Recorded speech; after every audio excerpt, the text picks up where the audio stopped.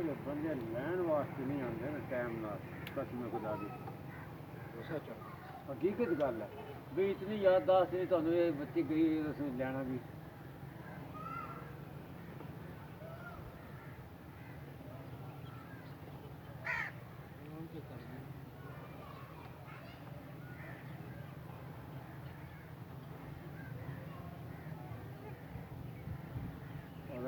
कल तो आज मचना ना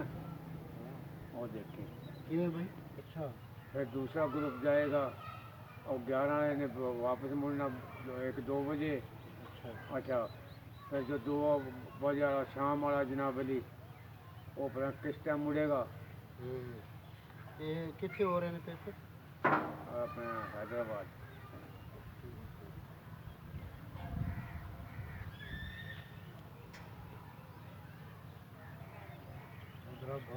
11 बजे तो कोई टेंशन नहीं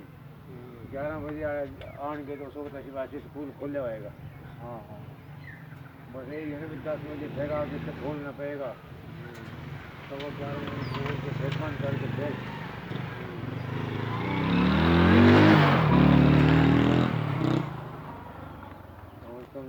मैं 2 दिन अवधि यही मसला है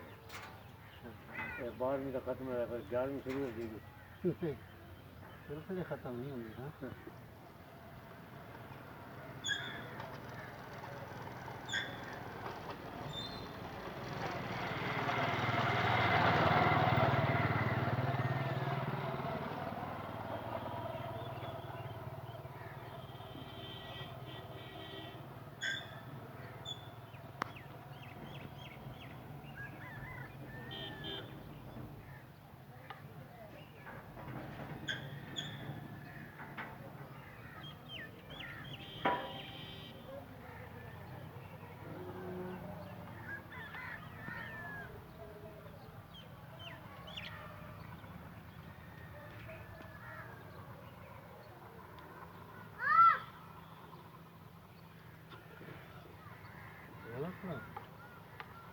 लिखाई लिख दी तस्वीर बना लिया